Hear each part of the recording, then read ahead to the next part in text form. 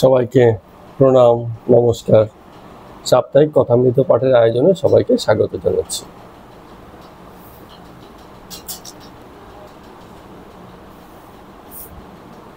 মানুষের মধ্যকার সংস্কার কোথায় যাবে? সংস্কারের বিরুদ্ধে লড়াটা খুব কঠিন। ভক্তিপথে প্রথম বাধাই ব্যক্তির সংস্কার। পড়ব আগামী সপ্তাহে পড়ব। এই সপ্তাহে পড়িনি, আবার আগামী সপ্তাহে পড়ব। আমাদের বক্তব্য তো যে বিষয়ে এসেছিলাম যে লড়াইটা কিসের বিরুদ্ধে? নিজেরই সংস্কারের বিরুদ্ধে, আত্মসংস্কার। কারণ আমরা একটা দীর্ঘ সময় এই সাংস্কৃতিক পরিমণ্ডলে, যে পরিবেশে, যে সমাজে, যে পরিবারে বড় হই, সেসব জায়গা থেকে আমাদের এক ধরনের মানসিক সংস্কার আমরা লাভ করি। সেই হিসাবে আমাদের ব্যক্তির স্থিতি দাঁড়ায়। এই যে যত নীতিকথা, নীতিবাক্য, ন্যায় নীতি, আদর্শিক জায়গা, বোধ, এগুলো সবই আমাদের সামাজিক সংস্কার। এক একটা সমাজে এক একটা রীতি প্রচলিত। কোথাও এইটাকে আদর্শ জানা হয়েছে, কোথাও ওটাকেই, ওই একই বিষয়কে কোনো সমাজে অনাদর্শ জেনেছে, বলছে এটা ঠিক না। তাহলে সেই অর্থে আদর্শ বলে কিছু হয় না। ব্যক্তির প্রকৃতির স্তর থেকেও সংস্কার হয়। কারো খুব কথা বলতে ভালো লাগে, তাকে বলুন একটু চুপ করে থাকতে, বেশিক্ষণ চুপ করে থাকতে পারবে না। একটু পর দুষ, এখানে থাকাই যাবে না, অন্য কোথাও কথা শোনার লোক খুঁজবে সে, কারণ তার তো বলে অভ্যাস। কিছু লোক আছে এত বকতে পারে, সত্যি এনার্জি অনেক, সারাক্ষণ বলে যাচ্ছেন, কেবল বলে যাচ্ছেন। এর অর্থ তিনি বলতে পছন্দ করেন। এটা তার মানে প্রকৃতিজনিত সংস্কার। অর্থাৎ সে এমন ভাবেই, এমন গড়নেই মানুষ বড় হয়েছে, বলে অভ্যস্ত। আবার কাউকে দেখবেন হাজার বললেও দুটো কথায় নেই, উত্তর দিচ্ছে না। বাকি লোকেরা রেগে যায়, হ্যাঁ ওকে এতগুলো কথা জিজ্ঞেস করলাম, একটা কথার উত্তর ঠিক মতো দেয় না, এইরকম। তো এইটাও এক প্রকার সংস্কার, যে আমরা এরম ভাবে বড় হয়েছি, নিজেদেরকে এরম করে তৈরি করে ফেলেছি। এই সংস্কার আমাদের জন্য সহায়, স্রোতের অনুকূল পরিস্থিতি এবং আমাদের কমফোর্ট জোন। এই জোনে থাকতে আমরা পছন্দ করি। যে যেরম হয়ে আছে সে তেমন থাকতেই পছন্দ করে, তার বাইরে যেতে চায় না। তো অধ্যাত্ম পথে সবার আগে বিরোধটা শুরু হয় অন্তর্ঘাত, নিজের সঙ্গে নিজের বিরোধ। যা হয়ে আছি সবার আগে তাকে ভাঙতে হয়। কঠিন কাজ, কিন্তু বাইরে বাইরে কোনো লড়াই নেই। যত লড়াই আভ্যন্তরীণ, অন্তর্জগতে নিজের সঙ্গে নিজের লড়াই। কারণ নিজের সহজাত প্রবৃত্তি, যা হয়ে আছি, যা করতে ভালোবাসি, তার বিরুদ্ধে গিয়ে তবে ঈশ্বরের পথে যেতে হয়। কারণ যা হয়ে আছি সেটা হচ্ছে মায়াবিহীন হয়ে থাকে, মায়ার অধীনে। সত্য, রজ, তম, এই তিন গুণের যে খেলাটা চলছে প্রকৃতির স্তরে, তার অধীনে থাকা। তো এই যে অধীনতা অনেক দিনের তৈরি হয়ে গেছে, এটাকেই বলছি সংস্কার। এটাকে ভাঙা খুব কঠিন। অনেক দিন ধরে যা হয়ে আছে খুব মুশকিল। ম্যানিকিউর পেডিকিউর করেও সেই জিনিস ঠিক করা যায় না সহজে। পায়ে এত ফেটে গেছে, পেডিকিউর করেও অতটা সারাই হয়, মানে বারে বারে বারে বারে করতে হবে। তখন অনেক দিন পেডিকিউর করার পরে এবার একটা সুন্দর অরিজিনাল পাওয়া গেল, হয় না? আধুনিক ভাষায় বলছি। তার মানে যা হয়ে আছি, ঘাড়ের পিছনে কালো দাগ পড়ে গেছে, একদিনে হবে না। অনেক করতে করতে আস্তে আস্তে ভিতরকার বিষয়গুলো আসবে। তো এরকমই আমাদের যা কিছু আমরা সংস্কারিত হয়ে আছি, যেমন স্থিতি আছি, সেখান থেকে ভেঙে সেই অবস্থা থেকে মুক্ত হতে গেলে আভ্যন্তরীণ লড়াই, নিজের সঙ্গে নিজের লড়াই, নিজের সঙ্গে নিজের অন্তর্ঘাত অনেক লম্বা হয়, অনেক লম্বা হয়, এবং সেসব কাটিয়ে তবে একটা মুক্ত মনের মানুষ পাওয়া যায়। তো এই প্রারম্ভিক আলোচনা দিয়ে চলুন আমরা আজকে আমাদের কথামৃতের পর্ব নম্বর ৬৭ শুরু করছি। ঠাকুর মনে আছে কিনা, একজন পণ্ডিতকে দেখতে তিনি একজনের বাড়িতে উঠেছিলেন, এক গৃহস্থের বাড়িতে, সেখানে গেছিলেন। সেই পণ্ডিতের সঙ্গে নানান রকম কথা হচ্ছে, তাকে বিভিন্ন রকম পরামর্শ উপদেশ দিচ্ছেন। তো এত কথা বলছেন যে বলতে বলতে তো গলা শুকিয়ে আসে। এছাড়া যখন ভাব সমাধি হয় তখন তো এমনিতেও গলা শুকিয়ে যায়, সমাধি থেকে ফিরে এসে জল খেতে চাইতেন। তো সেখানেও বললেন যে এবার আমি একটু জল খাবো আরেকবার। তো তাহার কাছাকাছি একটা টেবিলের উপরে এক গ্লাস জল রাখা ছিল। তিনি বললেন না, এই জলটা আমি খাবো না। তিনি সেই জলটা খেতে পারলেন না, বললেন অন্য একটা গ্লাসে আবার একটু জল এনে দাও। তো কেন, ঠাকুরেরও কিছু সংস্কার আছে। ওই জলটা কোনো একজন ব্যক্তি খাবেন বলে নিয়ে রেখেছিলেন, হাতে নিয়ে রেখে দিয়েছিলেন, হাতে স্পর্শ করেছিলেন। সেই ব্যক্তি ঘোর ইন্দ্রিয় আসক্ত ব্যক্তি, ওটা ঠাকুর খেয়াল করেছেন। তো তিনি বলেননি ওই সেই ইন্দ্রিয় আসক্ত ব্যক্তি, তো তাই জন্য তার স্পর্শ করা জলটা উনি খাবেন না। এই ছিল ওনার মানসিক স্থিতি। এটাও এক রকমের সংস্কার, ঠাকুরের মধ্যে ছিল এরকম কিছু সংস্কার। টাকা ধরতেন না, সংস্কার নয়। এখনকার সন্ন্যাসীরা তো টাকা হাত দিয়ে ভালো করেই ধরছে, ওনার ওটা সংস্কার যে আমার ধরলে বুঝি খারাপ লাগবে, এমন হয়ে আছেন। এটাই স্থিতি, ভালো মন্দ দিয়ে বোঝা যাবে না। কিছু কিছু লোকের দেখবেন খুব রোগ থাকে। রোগ কথাটাকে আমরা এর আগেও বলেছিলাম, জিদ করেই ছাড়বো, করবই করব। অন্যদের কাছে মনে হবে আরে এ কেমন লোক, এ ধর্মপথে চলছে, বিষয় আসক্ত নয়, কত সুন্দর, কিন্তু তার ভিতরে কেমন একটা রোগ। লোকে সমালোচনা করে, রোগ কেন, এত রাগ কেন? মহারাজদের তো এত রাগ থাকতে নেই, কিন্তু ওই মহারাজ খুব রাগ করে। তো লোকের কাছে এটা খুব আলাদা ব্যাপার। এখন কেন রাগ করেন, ওটাও খানিকটা তার সংস্কার। হয়তো ভিতরে ভিতরে রাগের না, হিসেব মতো রাগার কথা নয়, ভিতরে রাগ নেই, বাহ্যিক রাগ। একটা কাজ করাবেন, রাগারাগি করছেন যাতে কাজটা হয়, ভিতরে রাগ নেই, ভিতরে বরঞ্চ অনুরাগ, ওর ভালোর জন্য, ওর হিতের জন্যই হয়তো করছে। কিন্তু কে বুঝবে? বাড়ি থেকে কেউ দেখলে বলবে এ বাবা, মিশনে গেছিলাম জানেন, একটা মহারাজ এরম করে বকাবকি করছিল, এ কেমন মহারাজ? কারণ তুমি তো তোমার জায়গা থেকে বিচার করছো, তুমি কি করে তার স্থিতিকে জানবে? আমাদের মুশকিল হচ্ছে আমরা সাধুকেও কতটা সাধু কতটা অসাধু সেসব বিচার 2 মিনিটে করে ফেলতে পারি। সাধুর থেকেও সাধু চেনার যোগ্যতা আমাদের বেশি, তো তাই হয়ে যায় আর কি। নিজেকে যে চিনতে পারে না সে সাধুকে কোথা থেকে চিনবে? তো এবার পণ্ডিত হাজরাকে বলছেন, যারা ঠাকুরের সঙ্গে সেখানটায় গেছিল, বলছেন আপনাদের কি সৌভাগ্য দেখুন, এমন লোকের সঙ্গে আপনারা দিন রাত থাকেন, আপনারা তো মহানন্দে আছেন বলছেন। তো এই কথা আবার শ্রীরামকৃষ্ণদেব ঠাকুর শুনলেন, শুনে হাসছেন,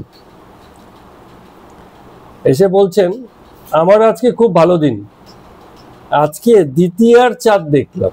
দ্বিতীয়ার চাঁদ মানে কি? মাসের 15 দিন অন্ধকার অমাবস্যা, আর 15 দিন চাঁদের দেখা পাওয়া যায়। প্রথম যেদিন চাঁদ উঠবে, একটুখানি চাঁদ, হ্যাঁ, এই চাঁদগুলো আমরা ছোটবেলায় খুব দেখতাম আর বলতাম কাস্তের মতো চাঁদ। আবার একটুখানি কদিন গেলে পরে দ্বিতীয়, প্রথমা, দ্বিতীয়া, তৃতীয়া, চতুর্থী যখন যাবে, ওই কাস্তের চাঁদটা কুমড়ুর ফালির মতো হয়ে যাবে। বাজারে কিনতে গেলে দেখেছেন কুমড়োর টুকরো, কুমড়ুর ফালির মতো চাঁদ। আর কিছুদিন পরে অর্ধেক হাড়ির মতো চাঁদ, অর্ধচন্দ্র। অর্ধচন্দ্র হচ্ছে হাড়ি যেমন দুভাগ করলে অর্ধেক হয়ে যায়, এরম চাঁদ। আস্তে আস্তে পূর্ণচন্দ্র থালার মতো চাঁদ হয়। আমরা এগুলো ছোটবেলায় খুব আনন্দ নিয়ে দেখতাম। এখন দেখা হয় না, চাঁদের দিকে তাকানো হয় না, কোথায় চাঁদ কোথায় সূর্য, এরকম অবস্থা। তো ঠাকুর বলছেন আমার কাছে খুব খুশির দিন, আজকে আমি দ্বিতীয়ার চাঁদ দেখলো। এখন লোকে তো বুঝতে পারছে না এই কথার মানে কি। তো তিনি বলছেন আবার যে সীতা ও রাবণকে বলেছিল যে রাবণ তুমি হচ্ছ পূর্ণচন্দ্র আর আমার রাম হচ্ছে দ্বিতীয়ার চাঁদ। রাবণ খুব খুশি, বলে পূর্ণচন্দ্র মানে কি, আমি পূর্ণ বিকশিত হয়েছি। হ্যাঁ, তো আমাকে সীতা বলছে পূর্ণচন্দ্র আর রামকে বলছে একটুখানি চাঁদ। এখন রাবণ বুঝতে পারে নাই সীতা কোন অর্থে কথাটা বলছে। এবার ঠাকুর ব্যাখ্যা করছেন, বলে যে পূর্ণচন্দ্র হয় তার পরবর্তী ধাপগুলো দেখুন কি হয়। পূর্ণচন্দ্র হতে হতে আস্তে আস্তে ঘোলা হতে থাকবে চাঁদ, অত সাদা আর থাকবে না। তার মানে এখন তার বিনাশ। পূর্ণচন্দ্র মানে হচ্ছে বিনাশ, বিনাশের পথ ধরেছে, পূর্ণ হয়ে গেছে, যা যা করা করে ফেলেছো, ঘোড়া পূর্ণ হয়ে গেছে। এবার তোমার বিনাশ, একসময় তুমি অন্ধকারে যাচ্ছ, আগামী দিনে অন্ধকারে যাচ্ছ। আর দ্বিতীয় চাঁদ মানে কি, এখনো বিকশিত অনেক কিছু বাকি, অনেক আলো দেবে, অনেক বিকশিত হবে। হ্যাঁ, জগতের অনেক কল্যাণ তাকে দিয়ে এখনো হবে, আর তোমার সুযোগ সব শেষ হয়ে গেছে। তো রাবণ তো বুঝতে পারে না, খুশি হয়ে গেছে। তো ঠাকুর এই কথা বলছেন ওই পণ্ডিতকে দেখে, বলছে তোমার এখনো সুযোগ আছে, তুমি অনেক কিছু করতে এখনো পারবে, তাই আমি খুব খুশি যে তোমার সঙ্গে আমার দেখা হয়েছে। কত সুন্দর একটা দৃষ্টিকোণ থেকে কথাটাকে বলছেন। তো অনেক আলোচনা হয়েছে, ঠাকুর এবার ভাবছেন তিনি এবার গাত্রোত্থান করবেন, ওখান থেকে ফিরবেন আবার ঈশানের বাড়িতে। তো সকল ভক্তবৃন্দের সঙ্গে ঠাকুর সবার কাছ থেকে বিদায় গ্রহণ করে আবার ঈশানের বাড়িতে আসলেন। ওই ঈশানের বাড়িতে গেছিলেন বিকেলবেলা, সেই শশধর পণ্ডিতের সঙ্গে সাক্ষাৎ করবেন বলে গেছেন। এবার ঈশানের বাড়িতে এসে হাসতে হাসতে ঠাকুর বলছেন, শশধরকে বললাম গাছ উঠতে না উঠতে একাদি কলা, আরো কিছু সাধন ভোজন করো, তারপরে লোক শিক্ষা দাও। এই যে আমরা কিছুদিন আগে কলা গাছ লাগিয়েছি, এখন সকালবেলা গিয়ে যদি দেখি যে কলার কাঁদি আসছে কিনা, কেমন হবে ব্যাপারটা। সবে তো গাছ লাগিয়েছি, গাছ বড় হবে, মোচা আসবে, কলা আসবে, বড় হবে, অনেক অনেক লম্বা সময়ের ব্যাপার। তো ঠাকুর সেই কথাটাই বলছেন যে শশধরকে বললাম গাছে না উঠতেই একাদি কলা এখন হবে না, সময় লাগবে, আরো কিছু সাধন ভোজন করো, যা শাস্ত্রজ্ঞান আসছে তার সঙ্গে সাধন ভোজনটাও রাখো। কারণ শাস্ত্রজ্ঞান আর সাধন ভোজন দুটো আলাদা জিনিস। একটা কি হচ্ছে বলুন তো, পড়াশোনা করলাম, এবার পরীক্ষায় গিয়ে দিতে পারবো কি পারবো না সেটা আরেকটা আলাদা জিনিস। পড়াশোনা তো হয়ে গেছে, পরীক্ষাটা বাকি তখনও। পড়াশোনা করা মানে পরীক্ষা পাস নয়। তো শাস্ত্র পাঠ মানে হচ্ছে আমার পড়াশোনাটা হলো, কিন্তু পরীক্ষাটা সেটা হচ্ছে ইমপ্লিমেন্টেশন। এই যে ডাক্তারদের অনেক সময় এমবিবিএস পাস করার পরে বলে না এখনো তুমি চিকিৎসা করতে উপযুক্ত হও নাই, তোমায় কি করতে হবে, ইন্টার্নশিপ করতে হবে, অন্য কোনো ডাক্তারের অধীনে তোমাকে কাজ করতে হবে, তুমি যা শিখেছো এগুলোকে প্র্যাকটিক্যালি প্রয়োগ করতে হবে কোনো একজন এক্সপার্টের অধীনে। তোমাকে পুরো দায়িত্ব দিয়ে দিলে শেষ, তুমি মানুষ মেরে ফেলবে। হয়ে গেছে তোমার পাস, কিন্তু তাতেও তোমার কাজ হয়নি। তো যে শাস্ত্র পণ্ডিত তার তখনও বাকি, কারণ তখনও শাস্ত্রের যে জ্ঞান, যে নির্দেশনা, সেগুলোকে সাধন ভজনে সে বাস্তব করে দেখেনি।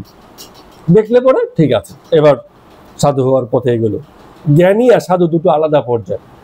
জ্ঞানী শাস্ত্রজ্ঞান আছে, আর সাধু সে শাস্ত্রজ্ঞানকে বাস্তবে প্রয়োগ করে দেখিয়েছে। পার্থক্য এখানটা। তো ঈশান বলছেন, এবার ঈশানকে বলেছে, তো ঈশান এবার উত্তর বলছেন, নিজের কথা বলছেন সকলেই মনে করে যে আমি লোক শিক্ষা দিই, জোনাকি পোকা মনে করে আমি জগৎকে আলোকিত করছি। এখন জোনাকি পোকা নিজে জানে না, জোনাকি যখন আসে তখন লোকে বোঝে এই তো অন্ধকার আরো বেশি হলো। জোনাকি কখন জ্বলে, অন্ধকার ছাড়া জ্বলে না। তো পোকা ভাবছে আমি আলো দিচ্ছি, কিন্তু লোকে ভাবছে যে জোনাকি এসে গেছে মানে এখন বিশাল অন্ধকার। উল্টো, জোনাকির দৃষ্টিভঙ্গি আলাদা আর লোকের দৃষ্টিভঙ্গি হচ্ছে আলাদা। তার মানে জোনাকি আলো দেয় না, বরঞ্চ অন্ধকারকেই আরো বেশি করে প্রকাশ করে, কারণ জোনাকি যখন জ্বলে তখন অন্ধকার এসে যায়। কখনো হয় না এরকম মশারির ভিতরে জোনাকি ঢুকে গেছে? হ্যাঁ, হয়েছে তো এরকম। লাঠি মানে বাতি নিভে যেই শোয়া হয়েছে এতক্ষণ দেখা যায়নি, আলো তো সব দিকে, জোনাকি আলো জ্বলাটা বুঝে যাচ্ছে না। যে বাতি অন্ধকার করে শুয়েছে, ও মা দেখছে মশারির ভিতর জোনাকি ঢুকে গেছে। তার মানে কি হচ্ছে, জোনাকি এতক্ষণ আলো দিচ্ছিল, দেখা যাচ্ছিল না, আলোতে ঢেকে গেছে। কিন্তু যখনই অন্ধকার, জোনাকি আলোটা যখন বেশি জ্বলছে, তার মানে হচ্ছে অন্ধকার বেশি হয়ে গেছে, এরকম। তো একজন পণ্ডিত ছিল, ভাটপাড়া থেকে এসেছিলেন, ভাগবতের পণ্ডিত। এই এত সব কথা হচ্ছে, তিনি খুব মন দিয়ে রামকৃষ্ণদেব ঠাকুরের কথা শুনছেন। কিন্তু রামকৃষ্ণদেব ঠাকুর ওই শশধর পণ্ডিতকে কিন্তু নিন্দা করেননি, বলছেন যে ও পণ্ডিত, বিবেক বৈরাগ্য খানিক আছে, নেই তা নয়, কিন্তু একটু সাধন ভোজন এখনো করা বাকি, এটুকু বলছেন। তো ভাগবতে সে পণ্ডিত কথা শোনার পর বলছেন যে আপনি মহাত্মা। রামকৃষ্ণদেব ঠাকুর বলছেন, আরে সেসব নারদ, প্রহ্লাদ, সুখদেব এরা ছিল মহাত্মা, আমি তাদেরই সন্তান, আপনাদেরই সন্তান। ঠাকুরের এই বিনয়টুকু আছে, কারণ সেই যে ভাটপাড়া পণ্ডিত, তার বয়স কত, 70-75 বছর বয়স, বলছে আমি আপনাদেরই সন্তান। ঠাকুরের যা ছিল আর কি, খুব কাজের জিনিস, মাতৃভাব। জগতের প্রতি কি হচ্ছে, ভীষণ রকম মাতৃভাব। তো এই ভাবে যে থাকে না, তার চারদিকে এমনি একটা শিল্ড তৈরি হয়ে যায়। শিল্ড মানে হচ্ছে আবরণ। জগতের অনেক কিছুই তাকে আর স্পর্শ করতে পারে না।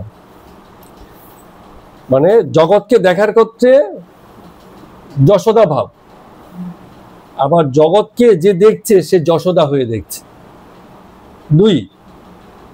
তার মানে যখন দেখছেন, মা হয়ে জগৎকে দেখছেন, সেবা করার নিবৃত্তে, স্নেহের দৃষ্টিতে।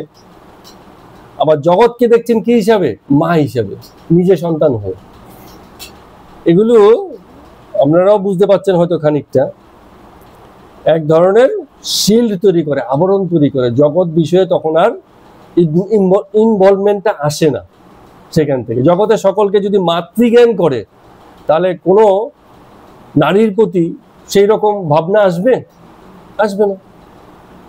আবার মাতৃভাব যখন নিজের মধ্যে থাকে, সকলকে একই রকম যত্ন, একই রকম স্নেহ, একই রকম কেয়ার, সেই ভাবটা ভিতর থেকে আসে। তার মানে দূরত্ব রেখেছে, আবার সেই মাতৃভাব দিয়েও তাদেরকে কাছে টানছে। এগুলো খুব গভীর টার্ম, যদি একটু বুঝতে পারেন খুব ভালো হয়। মানে ইনসিকিউরিটি, জগতে আমরা যখন থাকি, জগতের বিষয়ে আমাদের একটা ইনসিকিউরিটি থাকে। এই বুঝি আমার কিছু হয়ে গেল, এই হলো, ওই হলো, এই বিষয়ে ওটা চাই, এটা চাই, এইসব বিষয়ে নানান রকম ব্যাপারগুলোতে আমরা ইনসিকিউর থাকি। তো যখনই মাতৃভাব থাকে কারো ভেতরে, তখন তার ইনসিকিউরিটিটা কমে যায়, ইনসিকিউরিটি থাকে না, এরকম। তো ঠাকুরকে যখন বলছেন আপনি মহাত্মা, তিনি বলছেন মহাত্মা আমি নই, নারদ, প্রহ্লাদ, সুখদেব এদেরকে আপনি মহাত্মা জ্ঞান করতে মানে বলতে পারেন, আমি তাদেরই সন্তান। কিন্তু আবার বলছেন যে আবার বলতেও পারেন এই অর্থে যে ভগবানের চেয়ে কখনো কখনো ভক্ত বড় হয়ে যায়। কেন? কারণ ভক্তের অন্তরেই ভগবানের বাস। তাকে যখন কেউ ভগবান অন্তরে রাখে, এর অর্থ কি? এর অর্থ হচ্ছে যে সে ভগবানকে বয়ে নিয়ে যাচ্ছে, ভগবানের অস্তিত্ব তার অস্তিত্বের উপরে দাঁড়াচ্ছে। তিনি আছেন বলেই ভগবান এই রূপে আছে জগতে, এতটা বুঝেছেন। হ্যাঁ, কৃষ্ণকে বোঝার জন্য তো রাধার সৃষ্টি হলো। রাধা হচ্ছে কৃষ্ণের আকাঙ্ক্ষী। তো রাধার মতো আকাঙ্ক্ষী আমরা সবাই হতে চাই। তো কৃষ্ণ তার নিজেকে ভালোবাসবেন বললে, আত্মপ্রেমের অনুসন্ধান করবেন বলে রাধাকে তৈরি করে নিলেন। রাধা কৃষ্ণ আলাদা কেউ নয়, প্রকৃতি আর পুরুষ আলাদা কেউ নয়। পুরুষকে কে ভজবে, ভজনা করবে? প্রকৃতি ভজনা করবে। তার এই জগৎ খেলাটা কে খেলবে? প্রকৃতিই খেলবে। তাই তার সৃষ্টি। তারই আরেক রূপ, সৃষ্টি বলা যাবে না, তারই আরেক রূপ। তো ভক্ত ভগবানেরই আরেক রূপ, এটা আমি এর আগে অনেকবার বলেছিলাম। তো এবার বলছেন যে ভক্ত কখনো কখনো কি হয়, ভগবান হয় চুম্বক, ভক্ত তার আকর্ষণে ভগবানের কাছে যায়। কিন্তু আবার একটা সময় হয় যখন ভক্ত চুম্বক হয়ে যায়, ভগবান তখন তার আশেপাশে থাকেন। এই তো আমি ভক্তের কাছে আছি, যাতে ভক্ত আমাকে স্মরণ করে, ভক্ত আমাকে আদর করে, ভক্ত আমাকে প্রার্থনা করে, ভক্ত আমাকে ভালোবাসে। তাই জন্য তখন ভক্তের আকর্ষণে ভগবান ছুটে যান। এরকম এইসব কথা আমরা আগেও শুনেছি। তো এই ধরনের কথা চলছে। তো অনেকক্ষণ হয়ে গেছে, এবার ঠাকুরও দক্ষিণেশ্বরে প্রত্যাবর্তন করবেন। সব ভক্তরা উঠে দাঁড়িয়েছে, সবাই এবার ঠাকুরকে বিদায় জানাবেন। বাড়ির বাইরে সবাই এসছেন। তো রামকৃষ্ণ ঠাকুর যেতে যেতে ঈশানের সঙ্গে আবার কিছু উপদেশাবলী কথাবার্তা বলছেন সংসারে থেকে যে ডাকে সে হচ্ছে বীর ভক্ত। যে সন্ন্যাসী হয়ে গেছে সে তো সবকিছু ছেড়েছে, সে তো ঈশ্বরকে নিয়েই থাকবে, এটাই স্বাভাবিক। কিন্তু সংসারের এত যন্ত্রণাতেও, এত মায়া মোহের খেলার মধ্যে থেকেও যে ঈশ্বরকে মানে ধারণ করে আছে, সে বীর ছাড়া আর কেউ নয়, এত বাধা সত্ত্বেও। বলছে 20 মণ পাথর ঠেলে যে আমায় দেখে সেই ধন্য, সেই বাহাদুর, সেই বীর পুরুষ। এটা ঈশানকে বলছে, কারণ ঈশান সংসারে আছে। কিন্তু ঈশানের সংসারে খুব সুন্দর সংসার, ছেলেপুলে কত ভক্ত দেখুন ঈশানের সংসারে যা দেখা গেল। তো ভাগবত পণ্ডিত বলছেন যে শাস্ত্রেও তো সেসব কথাই আছে। একবার এক তপস্বী রাগ হয়েছিল তার, এই গল্প আপনারা শুনেছেন। এটাকে বলা হয় বক তপস্বী, ওনাকে বলা হতো। যে এত রাগ হয়েছিল, কাক আর বককে মানে রেগে তাকিয়েছিলেন, পরে কাক আর বক ভস্য হয়ে গেছিল। তপস্বীর রাগ, কাক আর বকের দিকে তাকিয়েছেন, কাক আর বক ভস্য পুরে ছাই হয়ে গেছে। তো তিনি ভাবলেন, বাপরে, নিজে অবাক হয়ে গেছেন, আমার তো বিশাল তপস্যার গুণ এসে গেছে। হ্যাঁ, আমি এখন যাত্রার দিকে তাকালে সে ভস্ম হয়ে যায়, এমন গুণ, এমন ক্ষমতা। তো তিনি তো তপস্বী, তো বিভিন্ন বাড়ি বাড়ি ভিক্ষা করে মানে করেন, ভিক্ষান্নের জীবন নির্বাহ করেন। তো এরকম ঘুরতে ঘুরতে একদিন এক পতিব্রতা রমণীর বাড়িতে গেছে। পতিব্রতা স্ত্রীলোক। পতিব্রতা কথাটার অর্থ হচ্ছে প্রতীকে যিনি দেবতা জ্ঞান করেন, পতিব্রতা। হ্যাঁ, তো তিনি তার স্বামীর উপর এত ভক্তি তার ছিল যে দিনরাত স্বামী সেবা করত। স্বামীও নিশ্চয়ই তেমন ভক্ত, যে কারণে স্ত্রীর মধ্যেও সেই সেবা গুণটা ছিল। স্বামী বাড়িতে এলে তার পা ধোবার জল দিত, এমনকি মাথার চুল দিয়ে তার পায়ের জলও মুছিয়ে দিত, এত পতিব্রতা। আজকালকার দিনে হয়তো চলবে না, যার ভক্তি আছে করবে, যার নেই করবে না। সবার আগে প্রশ্ন আসবে, কোন স্বামীকে করব? হ্যাঁ, চুল, হ্যাঁ আপনিও ভালো বলছেন। হয়তো ভক্তি থাকবে কিন্তু চুল থাকবে না, কোথায় যাবে তখন? তো এখন সেই পতিব্রতা যখন স্বামী সেবা করছিল, এমন সময় সেই তপস্বী গেছে তার বাড়িতে গিয়ে বলছে যে এবার আমার ভিক্ষা দাও। এখন বলছে, দাঁড়িয়ে আছে, উনি তো স্বামীর সেবা করছে, ভিক্ষা দিতে দেরি হচ্ছে। তো আস্তে আস্তে তো ওনার রাগ উঠে যাচ্ছে। বলছে, মা আমি বাইরে দাঁড়িয়ে আছি, আমার ভিক্ষা দাও। আবার ভিতর থেকে কোনো সারা শব্দ নেই। রেগে বলছে, তোমার কিন্তু ভালো হবে না, তুমি আমায় চেনো না, আমাকে তাড়াতাড়ি ভিক্ষা দিয়ে দাও, তাতেই তোমার মঙ্গল। ভিতর থেকে পতিব্রতা রমণী বলছে, বাবা এ তো কাকি বকি বর্ষ করা নয়, আমি স্বামীর সেবা করছি, এটুকুনো হলে পরে তোমারও পূজা করবো। কাকি বকি বর্ষ মানে কি? কাক আর বকের তো আর ওই মানে সেই মানে ইসে নেই, স্থিতি নেই, অবলা প্রাণী, ওর দিকে তাকিয়ে বর্ষ করে দিয়েছে, ঠিক আছে। কিন্তু যার এতটা মানে স্বামী পরায়ণতা, এতটা পতিব্রতা যিনি, তাকে ভস্য করা তো সহজ ব্যাপার হবে না। এ তো সাধারণ নারী নয়, আপনি চাইলেন আর ভরসা হয়ে গেল। এই জন্য বলছেন এ তো কাকি বকি ভরসা করা নয়, একটু দাঁড়াও ঠাকুর, আমি আসছি, আমিও তোমাকে ভিক্ষা দেবো, আমার কাজটুকু করতে দাও, আমি স্বামীর সেবাটা কমপ্লিট করে তোমারও আমি সেবা করবো, তোমার পুজো আমি করবো, এরকম। এখন এই গল্পের একটা শিক্ষণীয় জিনিস আছে। কি শিক্ষণীয় জিনিস? ওই যে পতিব্রতা রমণী, তার বৈশিষ্ট্য কি? বৈশিষ্ট্য হচ্ছে কর্তব্য জ্ঞান আর অকুত ভয়। জানেন কি করছেন, জানেন যে এই মুহূর্তে স্বামী সেবাটাই মানে করণীয়, এটা শেষ হলে পরে সাধুর সেবা, আবার সাধুর সেবা শেষ হলে পরেই হয়তো স্বামীর সেবা। যখন যেটা করছেন সেই ব্যাপারে উনি সজাগ, যে আমার এখন এইটুকুনি কাজ, এটাই আমার করার। ওই একটা করতে করতে একজন ডাকলো পরে একটা কাজে দৌড়ে গেল না, ওরম না।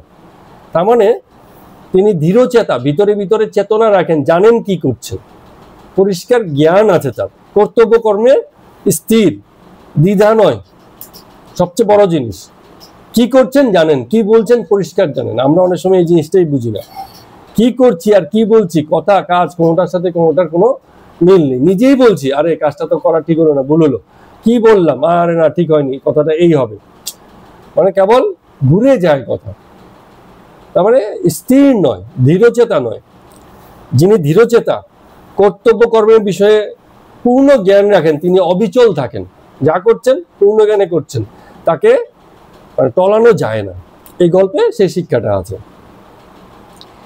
এরপরে তো সেই ধর্ম একবার বেদের কাছে গিয়েছিল, মানে ব্রহ্মজ্ঞানের জন্য। সেই গল্প আপনারা পড়েছেন হয়তো ছোটবেলাতে। একজন বেদ, বেদ মানে কি, পশুর মাংস কেটে যে বিক্রি করে, তাকে ধর্মকে পাঠানো হয়েছে তার কাছে ব্রহ্মজ্ঞান শেখার জন্য। সে গিয়ে দেখছে এ কেমন লোক, এ তো পশু হত্যা করে জীবিকা নির্বাহ করে, এ আমাকে ব্রহ্মজ্ঞান দেবে, মানে এরকম তার চিন্তা ভাবনা। তো এগুলো এই অর্থে বোঝানো, মানে সব প্রত্যেকটা গল্পেরই কিছু দিক আছে। বলছে যে সব গল্পেরই কিন্তু আবার ভালো ভালো দুই দিকই আছে। যে যার মধ্যে ব্রহ্মজ্ঞান এসছে, এ কথাও ঠিক যে তার পশু বধ করার প্রয়োজন পড়ে না। জগতে অনেক কর্ম আছে, কর্ম করে জীবিকা নির্বাহ করার অনেক রকম উপায় আছে। যার মধ্যে ব্রহ্মজ্ঞান আছে সে এই উপায়ে জীবিকা অন্তত নির্বাহ করবে না, এটাও কথা ঠিক। কিন্তু আবার কেউ মাংস বিক্রি করে বলে তার ব্রহ্মজ্ঞান থাকবে না, সেটাও নয়, এ কথাও ঠিক। হ্যাঁ, তো গল্পগুলোর শিক্ষণীয় ব্যাপারগুলো এইভাবে নেওয়া উচিত। তো কেউ আবার এই বলবে না যে আমার ব্রহ্মজ্ঞান আছে তাহলে আমি এখন থেকে পশু হত্যা করে বিক্রি করি, কারণ ওই ব্যবসাতে লাভ দিছে, এই চিন্তা করলে আবার হবে। তো ঈশানকে এবার বলছেন বেরোতে বেরোতে, বলে তুমি পিঁপড়ের মতোই সংসারে থাকো।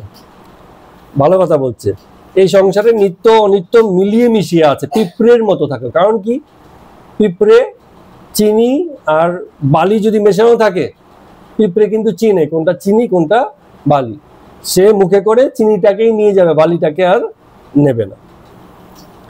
তো হংস যেমন ওই যে জলে দুধে মেশানো থাকে, দুধটাকে খায়, জলটাকে আর খায় না।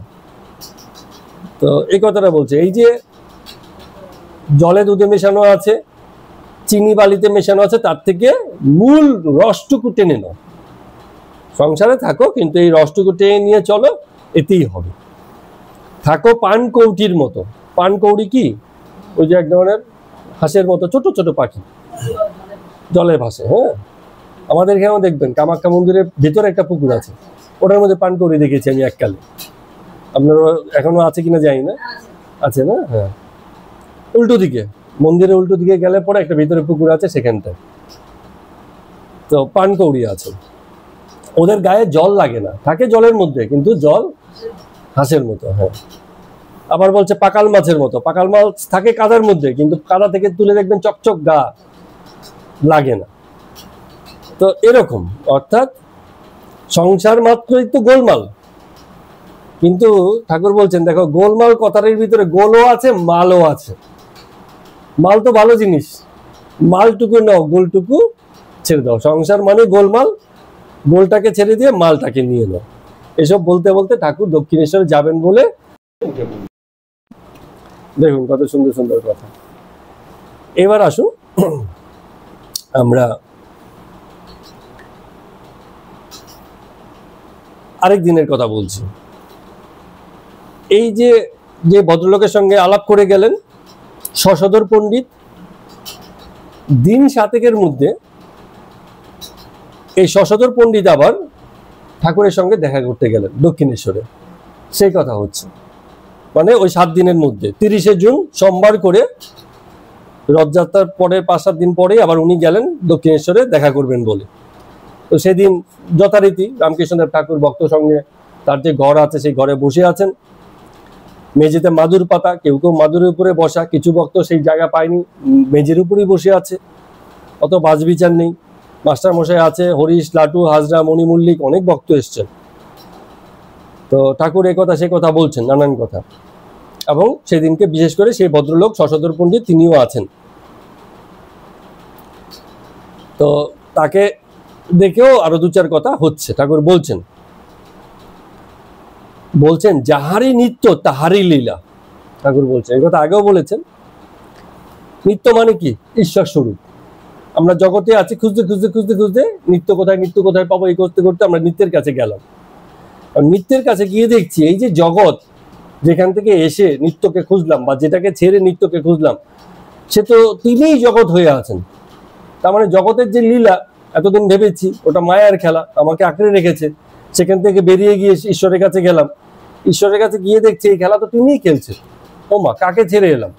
যেটা রামকে বলা হয়েছিল যে এই যে মায়ার জগৎ, তুমি যেখানে আছো সেটা যেখানে, আর যেখানে যাব বলে ভাবছো সেটাও তো সেই একই জায়গা। কোথায় পার্থক্য? কোথাও পার্থক্য নেই। ঠিক আছে, এই রকম ব্যাপার। তো এই কারণে বলছেন যাহার নিত্য তাহাই লীলা। তো যিনি অখণ্ড সচ্চিদানন্দ, আবার তিনি লীলাতে নানান রূপ ধরেছেন। এরকম কথা বলতে বলতে ওনার বেহুশ অবস্থা, মানে যখন এগুলো বলেন না ভিতরে ভিতরে এত মানে একাত্ম থাকেন যে তাতে আপনার হুঁশ হারিয়ে ফেলে, এরকম ব্যাপার। তো পণ্ডিতকে বলছেন যে বাপু, ব্রহ্ম অটল অচল, কিন্তু যে অচল তার চল আছে বলেই সে অচল হতে পেরেছে। যে চলতে পারে সেই তো থামতে পারে। আমরা বলছি অচল, ও চলে না, এগুলো কথা হলো? হ্যাঁ, তো মানে চল আছে বলেই অচল হয়েছে। জগৎকে যিনি সচল করে রেখেছেন, জগতের সচলতা আছে বলে তিনি অচল হওয়ার সক্ষমতা রাখেন। জগৎকে যিনি চালাতে পারেন তিনি অচল হতে পারেন। যে জগৎকে সাকার বানিয়েছে তার পক্ষেই নিরাকার হওয়া সম্ভব।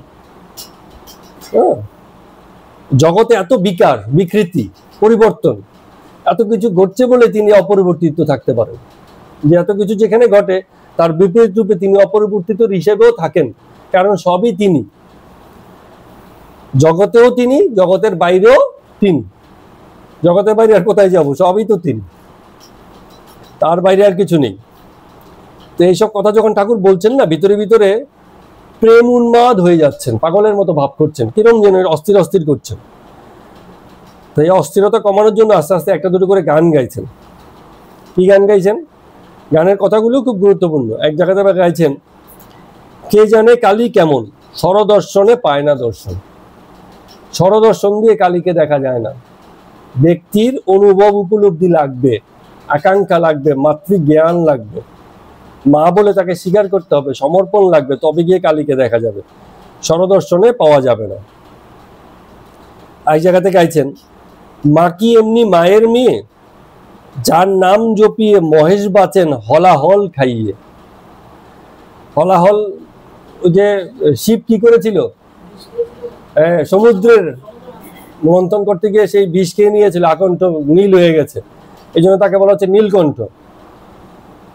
তো এই যে বিষ খেয়েছে কোন শক্তিতে? সে মায়ের নাম নিয়েই খেয়েছে। বলে এ মায়ের মেয়ে নয়, সাধারণ মেয়ে নয়, তার নামেই শিব বিষ খেয়ে নিয়েছেন এবং বেঁচে আছেন, এরকম বলছেন।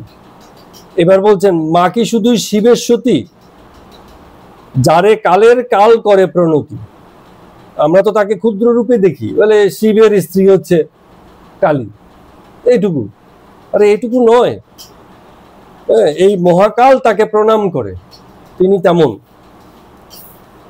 এক জায়গাতে গান গাইছেন, আমি সুরা পান করি না, সুরা খাই জয় কালী বলে। মন মাতালে মাতাল করে, মদ মাতালে মাতাল বলে। কত সুন্দর কথা দেখুন। মানে লোকে বলে সুরা পান করে, সে বলছে সুরা খাই, মানে ওই আমার একমাত্র জিনিস, এই প্রেম সুরা সুধা, এটাই আমি খাই, আর কিছু নেই, আমার অন্য কোনো খাবার নেই।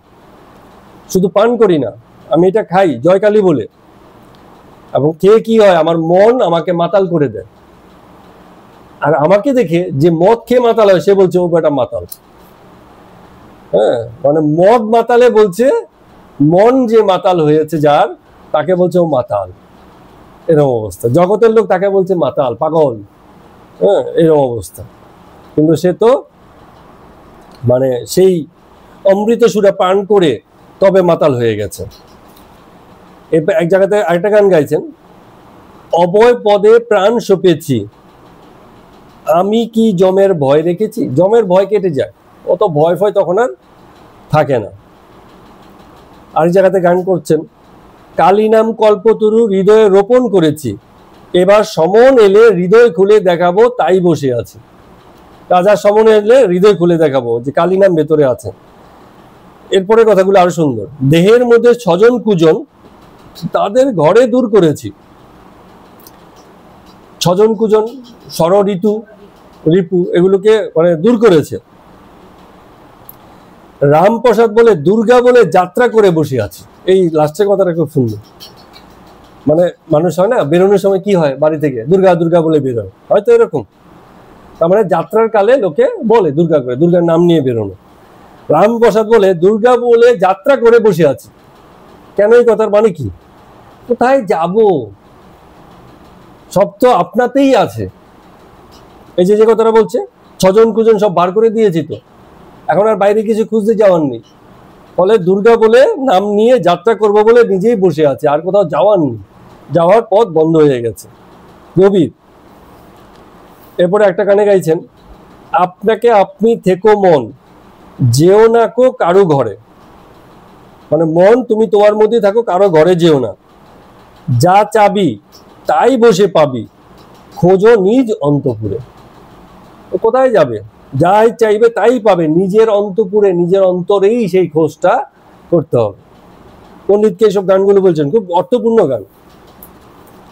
ঠাকুর বলছেন, মুক্তির চেয়েও ভক্তি বড়, না হয় মুক্তি নাই ঘটলো, কি আসে যায়, ভক্ত তাকে পেলেই খুশি। ও আমার অত মুক্তির ভাবনা ভাবনা নেই, এরম ভাব। খুব গভীর কথা। এবার রামকৃষ্ণদেব ঠাকুর বলছেন, পণ্ডিতকে বলছেন যে বেদাদি অনেক শাস্ত্র আছে, কিন্তু সাধন না করলে, তপস্যা না করলে ঈশ্বরকে পাওয়া যায় না। একটা উদাহরণ দিয়ে বলছেন, খুব সুন্দর এই কথাটা। মানে কথাটা বলছেন কি, এই যে এত শাস্ত্র পাঠ, এত জ্ঞান, এত যা কিছু জানলাম, কিন্তু আসল জায়গাটায় যদি কাজ না করা যায়, এগুলোকে যদি প্র্যাকটিক্যালি ইমপ্লিমেন্টেশন করে জীবনে প্রয়োগ না করা যায়, তাহলে তার রস পাওয়া যাবে না। তো এটা উদাহরণ দিয়ে গিয়ে বলছেন, বলে এই যে শাস্ত্রের যে কথা, যে নির্দেশ, সেই অনুযায়ী জীবনে কাজ করতে হবে, জীবনটাকে গড়তে হবে, তবেই না ফল পেলাম, তবেই না কাজটা বাস্তবে হলো। এবার উদাহরণ দিয়ে বলছেন, বলছে একজনের একটা চিঠি হারিয়ে গেছে, বাড়িতে এসছে, তিনি দেখেছেন, ঘরে অনেক সময় হয় না, একটা চিঠি এলে কোথাও রাখলাম, নিজে খুঁজে পাচ্ছে না, কোথায় রেখেছি কোথায় রেখেছে, বাড়িঘর তন্ন তন্ন করে খোঁজা হচ্ছে, আরো 2-3 জন লেগে গেছে। একটা গুরুত্বপূর্ণ চিঠি, কি লেখা আছে চিঠির মধ্যে, বাড়ি থেকে খবর পাঠিয়েছে, তো খুঁজেই পাচ্ছি না চিঠি, খুব দরকার জিনিস। তার মানে কি, খুব দরকার, চিঠিতে কি আছে এটা জানা খুব দরকার। এখন খুঁজতে খুঁজতে খানিকক্ষণ বাদে সেই চিঠিটা পাওয়া গেল, ভিতরে পড়ে নিল। কি পড়লো, বাড়ি থেকে লিখেছে 5 সন্দেশ আর 1খানা কাপড় পাঠাইবে, জানা হলো। এইবার চিঠিটার গুরুত্ব কি আছে বলুন? খানিকক্ষণ আগে যখন পাওয়া যাচ্ছিল না, তখন চিঠির যে গুরুত্ব ছিল, যেই জানা হয়ে গেল 5 সন্দেশ আর 1খানা কাপড়, ও তো ফেলে রাখবে, ওর আর কোনো গুরুত্ব নেই। শাস্ত্রের গুরুত্ব ঠিক এই জায়গাতেই। তোমার জানার দরকার যে কি করে জীবনটাকে গড়ব। যখন জানা হয়ে গেল, তখন আর শাস্ত্রের কোনো গুরুত্ব নেই। এবার তুমি এখন কাজ কি, ওই লোকের কাজটা কি হবে, কি জেনেছে, ওই 5 সন্দেশ আর 1খানা কাপড় পাঠাতে হবে, সেটা পাঠালেই হলো, চিঠির কোনো গুরুত্ব নেই। তো শাস্ত্রে যা বলেছে সে বিষয়গুলো জানার পরে সেগুলো করাটাই গুরুত্বপূর্ণ, এখন আর শাস্ত্রের কোনো গুরুত্ব নেই। তো এই কারণে এই গল্প দিয়ে বলছেন যে যতই শাস্ত্রাদি পড়ো, সেই শাস্ত্রের বিষয় আসলে যদি জীবনে প্রয়োগ না ঘটে, একেবারে অসার শাস্ত্র, বেকার, 20 বছর ধরে পড়েও কোনো লাভ হবে না। জীবনে প্রয়োগ করতে হবে, লাভ তুলতে হবে সেখান থেকে। বলছেন তাই অনেক সময় কি হয়, শাস্ত্র পড়ার থেকে শোনা ভালো।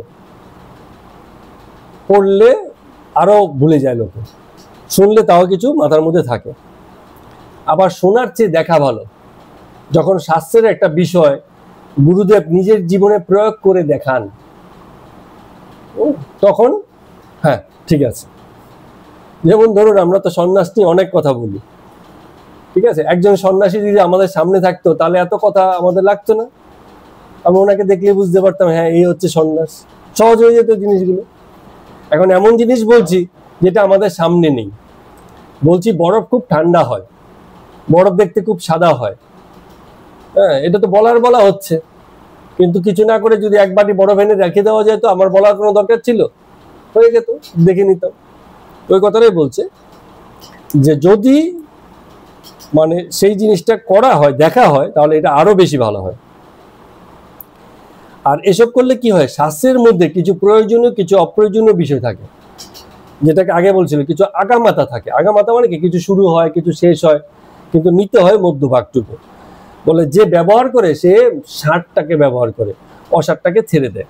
আর সরাসরি যখন শাস্ত্রের ব্যবহার কেউ দেখে জীবনে, তখন আর এই অসার ভাবনাগুলো তো আর ভাবতে হয় না, তো একদম শাস্ত্রের মূল বিষয়টা পেয়ে গেল। যেমনটা হনুমান বলেছিল, বলে অত শাস্ত্র যাই না, দিন তারিখ তিথি নক্ষত্র যাই না, আমি তো শুধু রামকে চিনি।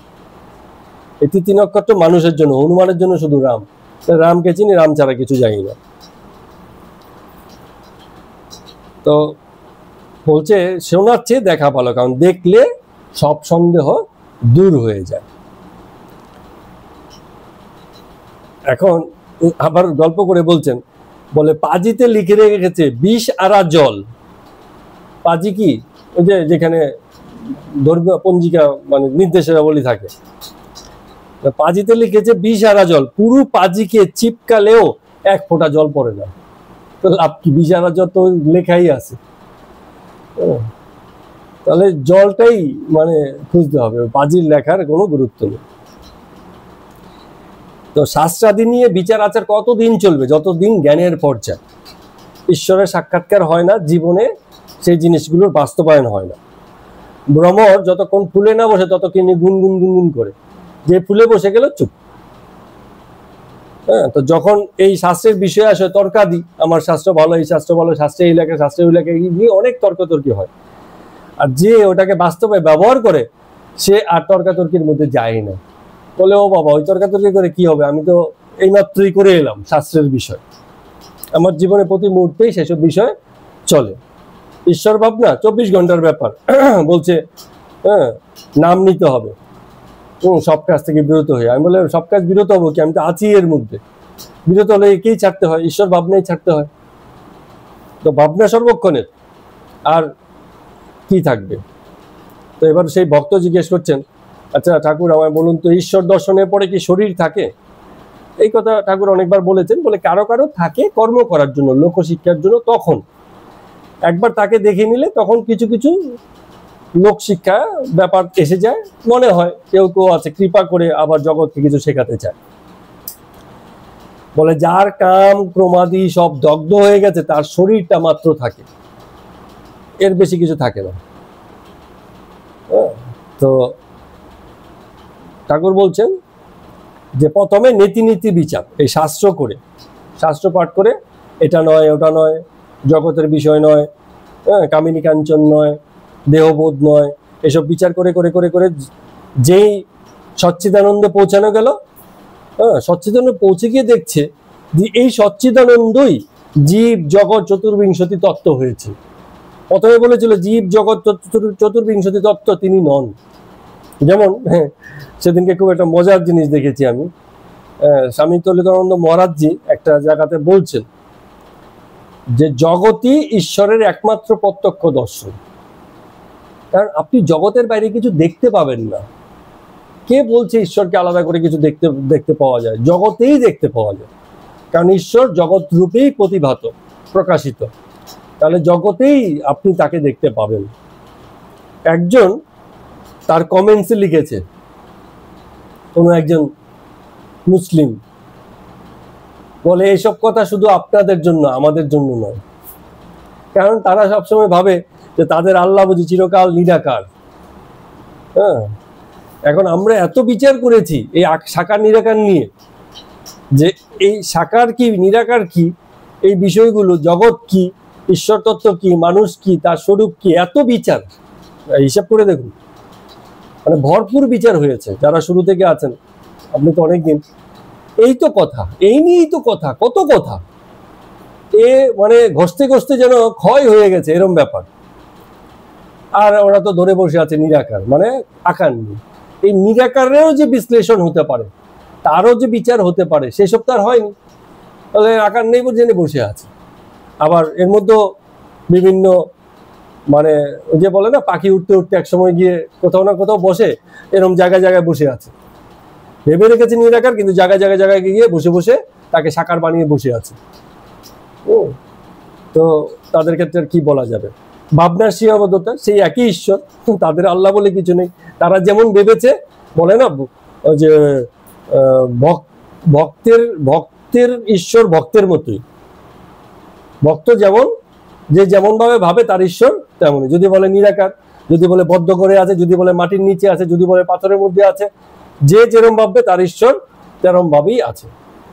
কারণ তিনি তো সর্বত্রই আছেন। আমি কতটা ভেবেছি, আমি কি ক্ষুদ্র রূপে ভেবেছি না সামষ্টিক ভেবেছি? সামষ্টিক হচ্ছে তার পূর্ণতা, রূপ ধারণা করার চেষ্টা করেছি, না যে কোনো একটা খণ্ডিত রূপকে ধরেই বসে আছি?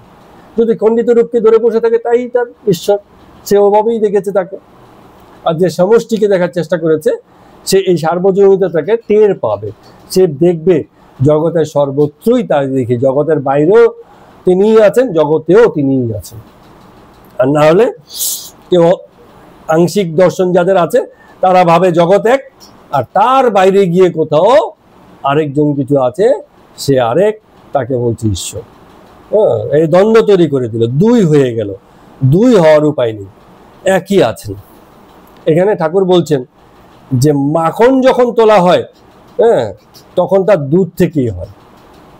তাহলে দুধেরই মাখন হচ্ছে, আর মাখন যেখান থেকে হলো দুধ থেকেই হলো, দুধেরই মাখন, মাখনেরই দুধ। এবারে বলছে খোলেরই মাছ, মাঝেরই খোল। ভালো কথা বলছে। পাইপ দেখেছেন? পাইপের মাঝখানটা কি হচ্ছে? ফাঁকা থাকে। হলো, হলো মানে শূন্য, ফাঁকা। তো যে ফাঁকাটা আছে, সেই ফাঁকাটা কার ফাঁকা? পাইপের ভিতরের ফাঁকা। আবার যে মানে, তাহলে ফাঁকাটা কার? পাইপের।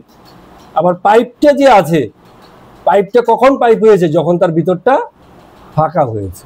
একই তো কথা হলো, পাইপেরই ফাঁকা, আবার ফাঁকারই পাইপ, একই তো। এখানে কোনো ভেদ নেই। তো যে সাকার, তারই নিরাকার রূপ। এটা মানুষের চেয়ে বড় উদাহরণ নেই। মানুষ একই সঙ্গে শরীর রূপ, আবার তার একটা অন্তর্জগৎ আছে, অন্তর্জগতে কোনো রূপ নেই। তাহলে মানুষ নিজেই সাকার আর নিরাকার দুই হয়ে আছে। মানুষ যেখানে নিজেই দুই হতে পারে, সেখানে ঈশ্বর তো সাকার নিরাকার দুই হয়েই আছেন। মানুষেরই এত ক্ষমতা, সে সাকার নিরাকার দুই হয়ে আছে, তাই ঈশ্বর কেন হতে পারবেন না? তিনি তো সাকার নিরাকার হয়েই আছেন। এর থেকে ভালো যুক্তি আর কি হবে? তো বলছেন যে বিজ্ঞানী হয়, বিজ্ঞানী মানে কি? ওই যে বলছে, কেউ শুনেছে দুধ খেতে খুব ভালো হয়, দুধ খেলে শক্তি পাওয়া যায়। কেউ কেউ দেখেছে, এই তো দুধ, এটা খেলে খুব শক্তি হয়। আবার কেউ কেউ আছে, দুধ খেয়েছে, শক্তি পেয়েছে, এবং তার ফল কি? সে বেশ হৃষ্টপুষ্ট দেখতে হয়েছে। তো তার মানে কি? দুধের পূর্ণ আনন্দ সে পেয়ে গেছে, পূর্ণ লাভ সে তুলে নিয়েছে। এমন ব্যক্তি হয় বিজ্ঞানী। আর যে শুধু দুধ সম্পর্কে শুনেছে, সে হচ্ছে জ্ঞানী। কেউ কেউ ঈশ্বর সম্পর্কে শুনেছে, ঈশ্বর এরাম হয়, ওরাম হয়। আর কেউ কেউ এই পুরো ব্যাপারটা বুঝে গেছে, আরে যে তো বুঝেই গেলাম, সে তখন বিজ্ঞানী হয়ে যায়। জ্ঞানী থেকে বিজ্ঞানী উৎকৃষ্ট, কারণ সে জীবনকে দেখে নিয়েছে।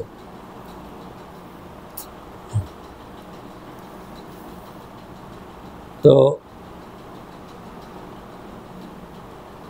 কেউ কেউ আছে, ঠাকুর এই প্রসঙ্গে বলছেন, কেউ কেউ আছে যে কাঠে আগুন জ্বালালে জানে এটা অনেকক্ষণ ধরে জ্বলবে। আবার কেউ আছে কাঠে আগুন জ্বালিয়ে রান্না বান্না করে খেয়ে দিয়ে ঘুমিয়ে উঠেছে, এখন তাকে এসে বলছে কেউ, বলে জানো কাঠে আগুন জ্বালালে আগুন অনেকক্ষণ ধরে জ্বলে। বলে ও আমায় তুমি কি বলছো, আমি তো ওর ফল পেয়ে হজম করে খেয়ে দিয়ে এখন উঠে বসেছি, তুমি এখন আমায় বলছো যে কাঠে আগুন ধরে, আমি তো সব করেই ফেলেছি। তো সে হচ্ছে বিজ্ঞানী, এরকম ভাবে ঠাকুর বলছেন আর কি।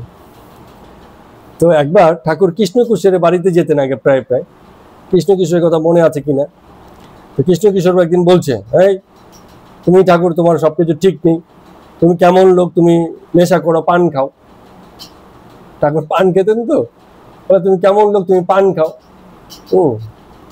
মানে তুমি যে ধরনের লোক তাতে তোমার পান খাওয়ার তো সাজে না, তুমি পান খাও, এটা কিরম কথা হলো।